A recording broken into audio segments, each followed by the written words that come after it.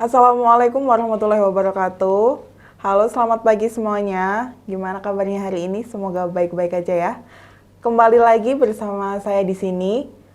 Sebelumnya perkenalkan, nama saya Luis Rumianda. Nah, seperti biasa, di sini saya tidak sendirian. Karena kalau sendiri itu nggak asik ya. Jadi di sini saya ditemani oleh salah satu dosen muda teknologi pendidikan, Ibu Herlina Ike Oktaviani, SWD MPD. Nah, pada kesempatan kali ini kita akan membuka topik, akan membahas tentang multimedia atau lebih tepatnya bahan belajar multimedia. Sebelumnya, selamat pagi Bu Ike. Selamat pagi Mbak Luis. Bagaimana kabarnya? Alhamdulillah masih cantik. Oh, selalu cantik ya Bang ya? Yang penting tuh cantik hati ya. Kalau wajah bisa lah kita poles-poles. Yang penting hati. Iya. Oke, langsung saja kita masuk ke pembahasan ya Bu ya. Iya. Untuk yang pertama itu kita bahas dasarnya dulu. Sebenarnya apa sih itu multimedia Bu? Oke. Sebenarnya kata multimedia itu sudah nggak asing ya bagi kita semua gitu ya, karena sudah mulai dipakai dimanapun. Jadi bahasa mudahnya itu yang kalian kenal kan media ya. Kalau media itu berarti satu objek saja, misalkan buku itu media, kemudian pot ini juga bisa menjadi media. Nah, multimedia berarti lebih dari satu media, jadi dua lebih gitu ya. Jadi misalkan audio gitu ya, radio, kemudian dicampur dengan visual. Itu berarti sudah multimedia. Sudah lebih dari satu media yang ada menjadi satu. Iya, betul. Itu bahasa mudanya. Gitu, Mbak. Kalau untuk bahan belajar multimedia? Oke. Bahan belajar dengan multimedia yang lainnya, gitu ya. Kalau kita kan sering ya beli di toko atau toko online terkait multimedia itu ada. Namun yang membedakan dengan bahan belajar multimedia berarti multimedia ini digunakan khusus untuk pembelajaran. Jadi ada tujuan pembelajarannya jelas, kemudian sasarannya siapa untuk kelas 1, apa kelas 2 SD, dan seterusnya. Kemudian tentunya di akhir juga harus ada evaluasi pembelajaran. Jadi memang digunakan khusus untuk pembelajaran. Itu yang membedakan dengan multimedia lain. Oke. Kalau untuk jenis-jenis multimedianya sendiri, ada apa aja sih, Bu? Kalau bicara jenis-jenis itu banyak sekali ya. Banyak sekali. Iya, kalau kita lihat dari toolsnya ya. Tapi itu kita golongkan menjadi dua, yaitu multimedia linear dan multimedia interaktif. Oke. Kalau multimedia linear dulu nih, apa multimedia linear itu? Linear, jadi kalau linear itu multimedia tersebut itu hanya bisa dilihat dalam satu arah ya. Jadi misalkan guru itu memutar video, nah siswa itu kan hanya bisa melihat saja ya, dan multimedia itu tidak bisa kita otak-atik gitu ya, udah kita lihat saja, jadi satu arah, itu linear. Nah, kalau yang interaktif berarti seolah-olah antara multimedia dengan usernya itu ada interaksi. Nah, jadi mudahnya gitu ya Mbak, ada interaksi dan tidak ada interaksi. Kalau ada interaksi berarti misalkan nih, kita mau pakai yang gampangannya itu presentasi misalkan. Kita mau buat PowerPoint yang basisnya multimedia. Nah, kita mau ke slide keempat. Gimana ya? Langsung aja di situ ada tombol klik langsung ke slide 4. Berarti kan seolah-olah user ini berinteraksi toh dengan multimedia. Ayo dong buka ke slide 4. Langsung diklik. Nah, jadi bukan berarti berinteraksi itu seperti ngobrol saya dengan Mbak Luis gini, enggak. Kan jadinya nanti robot itu multimedia. Ya, enggak sejauh itu, tapi seolah-olah kita itu berinteraksi dengan multimedia tersebut. Jadi kalau interaktif itu multimedia memfasilitasi bagaimana user ini bisa memilih mana yang dibutuhkan oleh user, langsung menuju ke situ. Iya, makanya kan ada istilah multimedia interaktif ya, gitu. Jadi kan ada dua, ada multimedia linear dan ada multimedia interaktif. Nah, sebenarnya seberapa penting sih Bu pemanfaatan multimedia itu sendiri dalam proses pembelajaran? Kalau bicara seberapa penting berarti kita juga melihat dari pengertian media pembelajaran itu sendiri. Media pembelajaran itu kan menyampaikan pesan gitu ya, menyampaikan pesan pembelajar sehingga siswa itu juga mudah untuk menangkap pesan tersebut. Sama, multimedia juga begitu. Peran pentingnya adalah harapannya multimedia ini bisa menyampaikan pesan secara utuh kepada siswanya dan mempermudah kita belajar. Misalkan nih, media kita itu gambar ya. Nah, gambar itu kalau ke siswa SD kan nggak mungkin kita ngajak, coba apa itu gunung gitu ya. Nggak mungkin kan kita ngajak siswa ke gunungnya gitu ya. Uangnya nggak ada kalau ke sana. Juga. Iya, bahaya, terus biaya ya, transportasi dan sebagainya. Tapi kan padahal siswa SD itu sifatnya holistik, dia lebih mudah mengenal sesuatu benda itu sendiri. Nah, gimana caranya? Ya dengan media. Nah, hanya saja kalau media gambar berarti dia hanya melihat depannya saja. Misalkan gunung ya bentuknya gini ya cuma lihat itunya saja. Padahal komponen gunung itu kan banyak. Sehingga di sini memerlukan gimana caranya gunung ini bisa dilihat dari berbagai sisi dengan media yang menunjang. Nah, kita pakai multimedia, misalkan pakai animasi ya. Nah, kita mau kenal nih dalam-dalamnya gunung itu apa gitu ya. Kemudian kalau meletus nanti keluar apa, terus ada asapnya, terus ada suaranya mungkin. Nah, itu kan kita bisa pakai multimedia tanpa kita harus datang langsung dan menyaksikan gunung meletus. Jadi gitu. Pembelajaran yang dilakukan, proses yang dilaksanakan pun akan lebih bermakna untuk siswa juga ya, Bu? Betul. Jadi kita bisa melihat dari berbagai sisi kalau dengan multimedia. Iya, betul sekali. Jadi kalau dalam proses pembelajaran itu sebenarnya multimedia ini berperan sangat penting ya, Bu? Sangat penting, asalkan penggunaannya tepat. Nah, jangan nanti yang tidak tepat ya, contohnya misalkan reproduksi gitu ya. Nah, itu kemudian dikonsumsi oleh anak SD, ya nggak sesuai karena dia belum paham gitu ya. Itu kan materinya nanti di SMP atau SMA begitu. Jadi harus tepat guna, tepat sasaran pastinya. Dari sebenarnya penggunaan multimedia ini yang penting, itu untuk membuatnya sendiri, apa aja yang harus diperhatikan dalam membuat bahan belajar multimedia ini, Bu? Kalau berbicara bahan belajar ya, kita kan sudah mengenal komponen-komponen bahan belajar. Nah, di situ intinya komponen bahan belajar itu seperti ketika kita mengajar tatap muka. Mengajar tatap muka itu kan ada pendahuluannya, ada intinya sama penutup.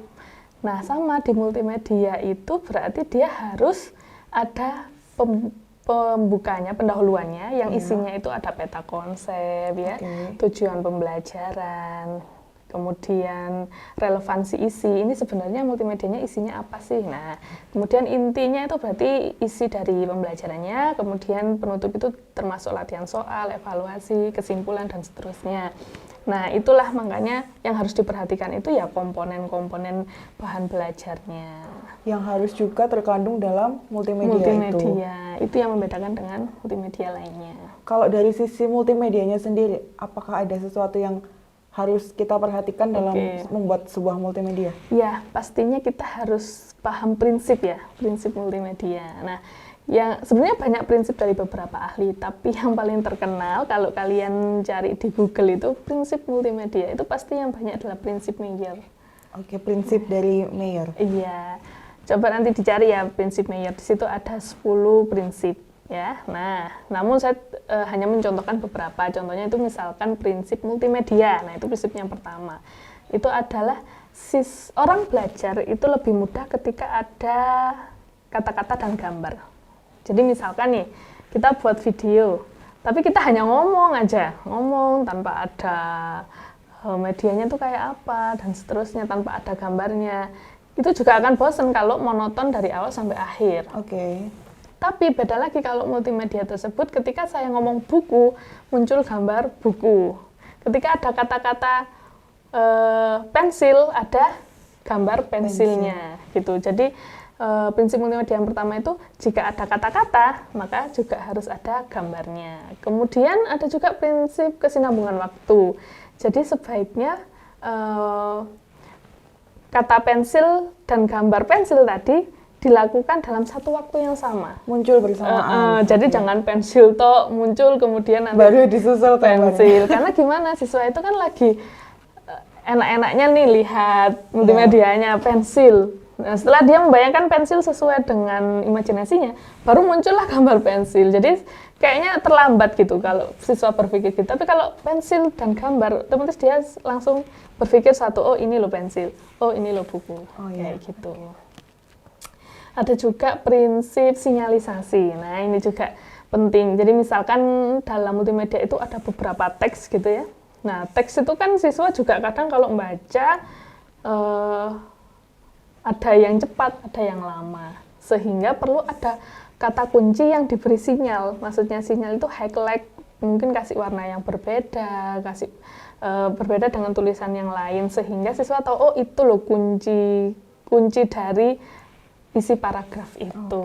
Gitu. Jadi yang perlu diperhatikan ya prinsip-prinsip kita membuat multimedia. Jika kita tidak memperhatikan prinsip tersebut, tentu multimedia ini bukan malah mempermudah belajar ya. Bisa jadi malah mempersulit. Iya, ini maksudnya apa membuat video ini kayak gitu misalkan ya. Jadi prinsip itu sangat penting. Iya. Jadi selain memperhatikan dari komponen bahan belajar itu juga harus memperhatikan bagaimana prinsip media itu dibuat. Iya, multimedia itu dibuat. Selain itu juga pastinya seperti saya ungkapkan tadi, tepat sasaran dan tepat guna. Misalkan nih, di sekolah itu daerahnya daerah yang tidak ada listrik gitu ya. Kemudian tapi lihat siswanya kok nggak semangat, kok gurunya hanya menjelaskan gitu ya. Terus kita berpikir, oh kayaknya butuh multimedia. Padahal di sana nggak ada listrik gitu. Nah, terus atau misalkan ada listrik tapi tidak ada di sekolah itu LCD misalkan ya. Berarti kan siswa itu kalau mau lihat multimedia interaktifnya kan misalkan biar bisa dilihat semua siswa kan pakai LCD nih. Iya. Jadinya kan kalau ya harus sekolahnya harus punya komputer satu-satu biar siswanya lihat. Nah, kayak gitu. Jadi bukan malah mempermudah siswa untuk belajar, malah mempersulit gitu. Jadi kita harus lihat sasaran sekolahnya, biaya di sekolahnya, siswanya sendiri. Ternyata siswa ini belum bisa buka komputer misalkan. Nah, itu kan juga mempersulit dia. Aduh, mau belajar ini aja kok harus ribet kayak gini gitu. Kenapa nggak langsung aja guru yang menjelaskan, terus ada gambarnya. Nah, seperti itu. Jadi, kita harus memperhatikan karakteristik peserta didiknya, karakteristik gurunya, karakteristik lingkungan sekolahnya. Dan tentunya biaya ya. Kalau berbicara media itu sebenarnya dan bahan belajar pun, itu kita juga selalu memperhatikan biaya. Seperti itu ya, karena tidak luput ya kita mengembangkan sesuatu itu kan pasti butuh biaya juga begitu. Agar nggak mubazir juga ya Bu. Udah dikembangkan tidak bisa dipakai atau diterapkan. Iya betul. Pertanyaan terakhir ini Bu. Terakhir ya? Iya. Padahal saya ngobrol banyak. Nanti bisa kita sambung lagi. Pertanyaan terakhir adalah sebenarnya apa kesulitan dalam mengembangkan bahan belajar multimedia ini? Kalau berbicara kesulitan pasti ya, kalau bicara multimedia itu kan berarti banyak media yang digunakan. Pasti kita harus bisa cara membuat audio itu gimana sih yang bagus, yang jernih. Kemudian audio itu kemudian dihubungkan dengan visual gambarnya. Berarti kan kita harus menggunakan tools atau software atau alat yang bisa membuat multimedia itu benar-benar bagus dan sesuai. Nah, itu kesulitan biasanya. Guru itu sampai sekarang masih, atau guru atau tenaga pendidik gitu ya, misalkan kebanyakan itu kesulitannya membuatnya karena belum paham tentang teknik pembuatannya. Jadi makanya butuh sekali nih dengan kita para teknolog pendidikan nih. Banyak sekali saat ini, apalagi kondisi COVID ya, itu kan harus daring. Nah, harus ada multimedia lain pengganti guru untuk bisa berinteraksi dengan siswa. Sering guru itu share aja dari YouTube gitu ya, kemudian dikirim melalui WA. Nah, padahal bagusnya itu guru yang bisa membuat sendiri, ya kan? Nah, sesuai dengan apa yang dibutuhkan. Iya, bahan belajar kan tadi harus sesuai dengan komponen. Padahal kalau kita bicara di YouTube itu belum tentu multimedia bahan belajar kan. Nah, karena belum bisa mengedit dan lain-lain, belum bisa menggunakan, maka pada akhirnya ya guru tersebut membuat atau mengambil dari multimedia lainnya. Itulah kesulitannya selama ini. Sepertinya itu adalah pertanyaan terakhir, Bu. Iya. Iya. Kita sambung lagi lah Kita nanti akan sambung di lagi nanti. lain waktu. Kalau misal dari teman-teman ada yang mau ditanyakan, bisa nanti ditulis di kolom komentar. Oke. Jangan lupa subscribe. Oke. Iya. Terima kasih Bu Ika Iya, sudah ada di sini sama-sama. mau sharing sama kita tentang bahan belajar multimedia yang pastinya akan sangat bermanfaat bagi teman-teman yang nonton nanti. Terima kasih Bu Ika. Sama-sama. Iya. Terima kasih untuk yang sudah menonton sampai akhir. Maaf apabila ada kesalahan atau ada banyak kata yang kurang berkenan.